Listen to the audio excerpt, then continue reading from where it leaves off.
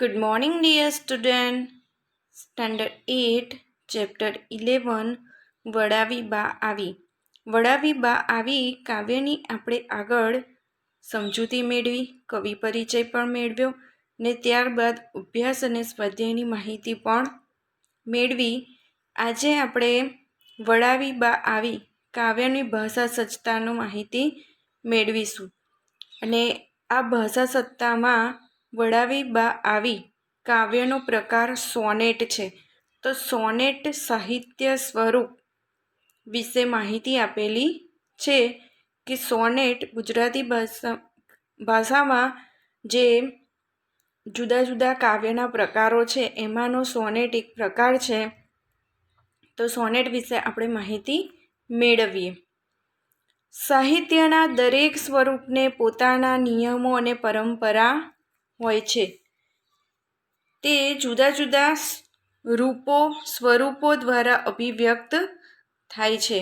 શું કહેવામાં આવ્યું છે કે સાહિત્યનું જે દરેક સ્વરૂપ છે, દરેક સ્વરૂપ એટલે દરેક સાહિત્ય સ્વરૂપ જુદા જુદા ફોર્મ એ કેવા હોય છે? અલગ અલગ હોય છે અને દરેકને પોતાના નિયમો અને પરંપરાઓ હોય છે.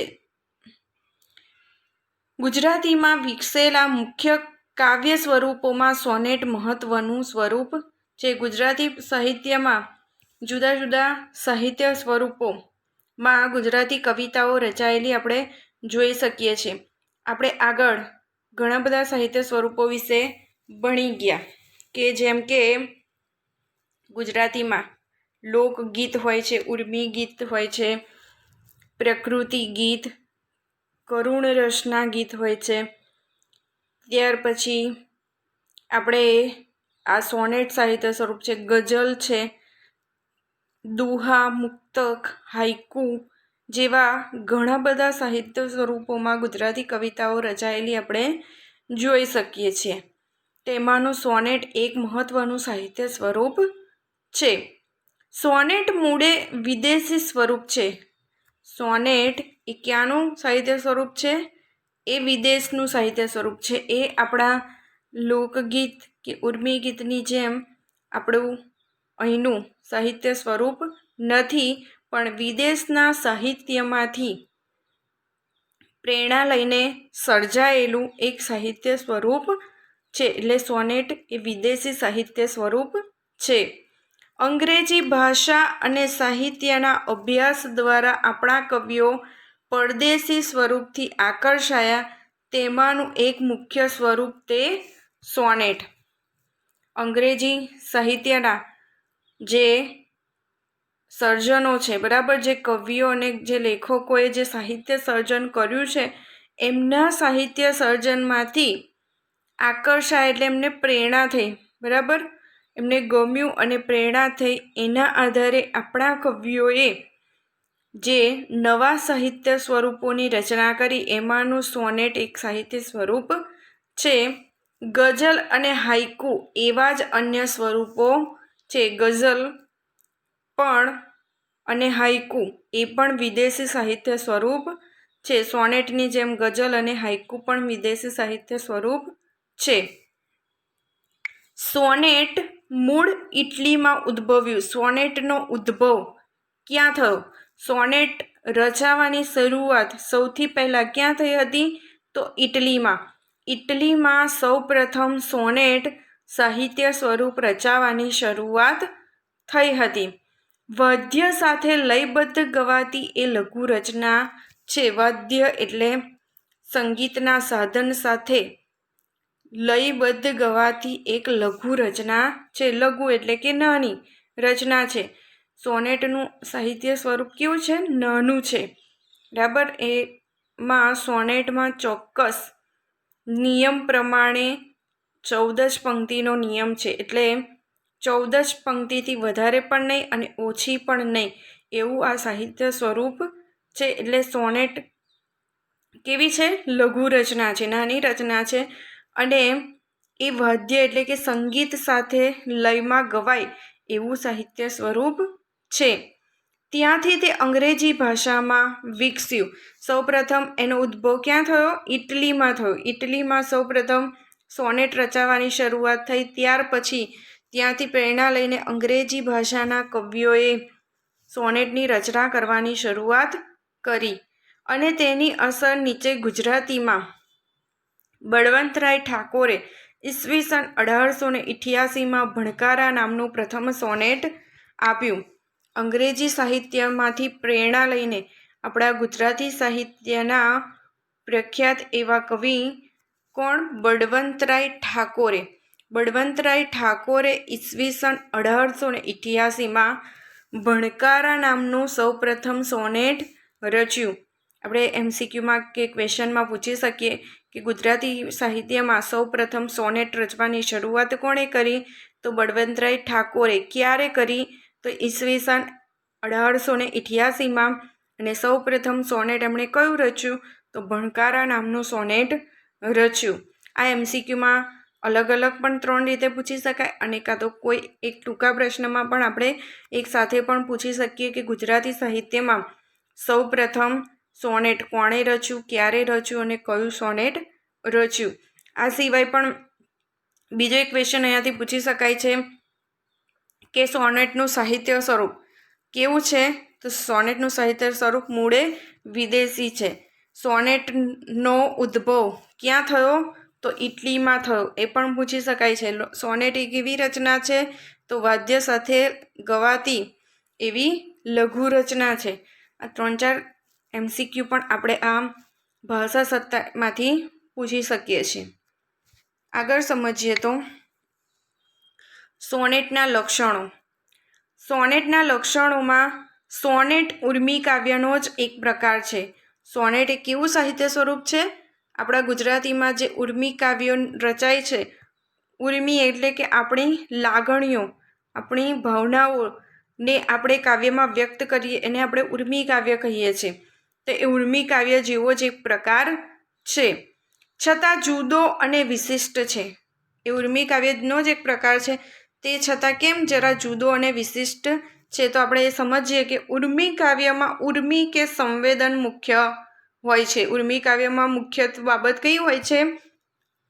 ઉર્મી કે સંવેદન, આપણી હૃદયની લાગણીઓ એ જ મુખ્ય હોય છે. જ્યારે સોનેટમાં એની સાથે વિચાર, ચિંતન અને જીવન દર્શન ઉમેરાય છે.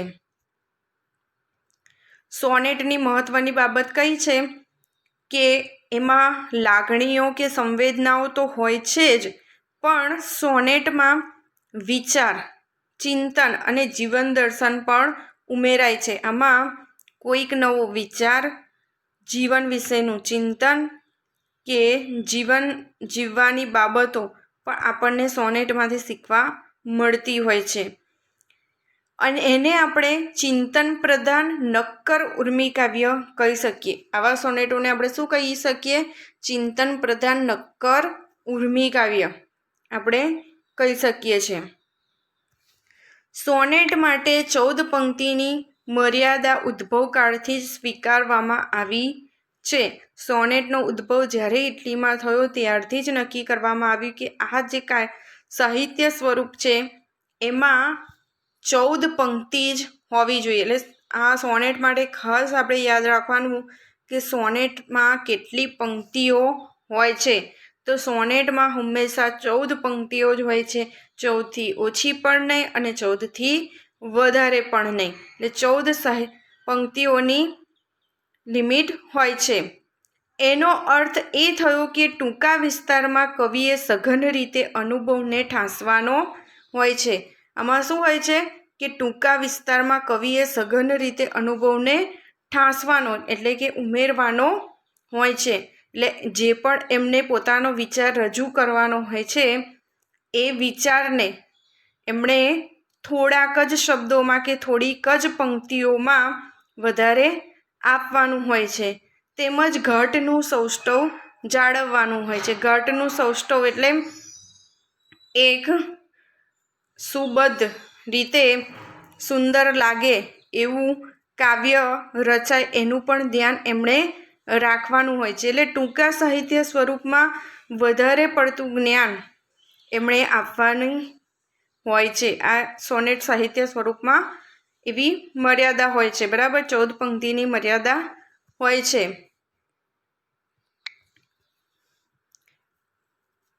ત્યાર પછી છે વિભાજન અને પ્રાસ. સોનેટ સાહિત્ય સ્વરૂપમાં વિભાજન અને પ્રાસનું પણ ખાસ ધ્યાન રાખવાનું હોય છે. સોનેટની ભાષા ઓછી અને વધુ પ્રખર હોય છે. સોનેટની ભાષા કેવી હોય છે? ઓછી અને વધુ પ્રખર હોય છે. એટલે એકદમ સુંદર, ગમે એવા શબ્દોમાં વધુ જ્ઞાન આપણને આપવાનું હોય છે. કેમ કે લાગણીની મૃદુતા કરતાં તેની વિચાર દીપ્તિનો મહિમા હોય છે. શું કહ્યું છે? કે લાગણીની મૃદુતા એટલે આપણી ભાવનાઓ કરતાં વિચાર દીપ્તિ એટલે આપણને નવો વિચાર આપવાનું મહત્ત્વ હોય છે. બળવંતરાય ઠાકોરે ગુજરાતી ભાષાને આપેલા સોનેટોમાં મોગરો, વધામણી અને ભણકારાનો સમાવેશ થાય છે. બળવંતરાય ઠાકોરે આપણને જે સૌપ્રથમ સોનેટ આપ્યું હતું એ કયું હતું? ભણકારા નામનું એમણે સોનેટ રચ્યું. ત્યાર પછી મોગરો અને વધામણી જેવા મહત્ત્વના અને ખૂબ જ પ્રચલિત એવા સોનેટો પણ એમણે આપ્યા છે. એટલે સૌપ્રથમ સોનેટો બરાબર રચવાનો જે માન છે આપણે બળવંતરાય ઠાકોરને આપીએ છીએ. એ પછી ઉષ્ણસથી માંડીને ત્યાર પછી બળવંતરાય ઠાકોરથી પ્રેરણા લઈને ઉષ્ણસે, લભશંકર ઠાકોર અને ચીનુ મોદી જેવા કવિઓએ સોનેટની પરંપરાને સમૃદ્ધ રાખી છે. એટલે એ કવિઓએ પણ એમનામાંથી પ્રેરણા લઈને કાવ્યો રચ્યા છે. તો ગુજરાતી સાહિત્યમાં જે સોનેટ સાહિત્ય સ્વરૂપ છે એ બળવંતરાય ઠાકોરમાંથી પ્રેરણા લઈને ઘણા બધા કવિઓએ સોનેટની રચના કરી છે અને ખૂબ જ પ્રચલિત પણ બન્યું છે અને ગુજરાતી સાહિત્યનું અગત્યનું સાહિત્ય સ્વરૂપ પણ બની રહ્યું છે. ભલે વિદેશી સાહિત્ય સ્વરૂપ છે પણ આપણા સાહિત્યમાં એ સારી રીતે ભળી ગયેલું છે. તો વિદ્યાર્થીઓ, આપણે જે આજે ભાષા સત્તાની માહિતી મેળવી એ તમારે નોટબુકમાં લખવાની રહેશે. Thank you.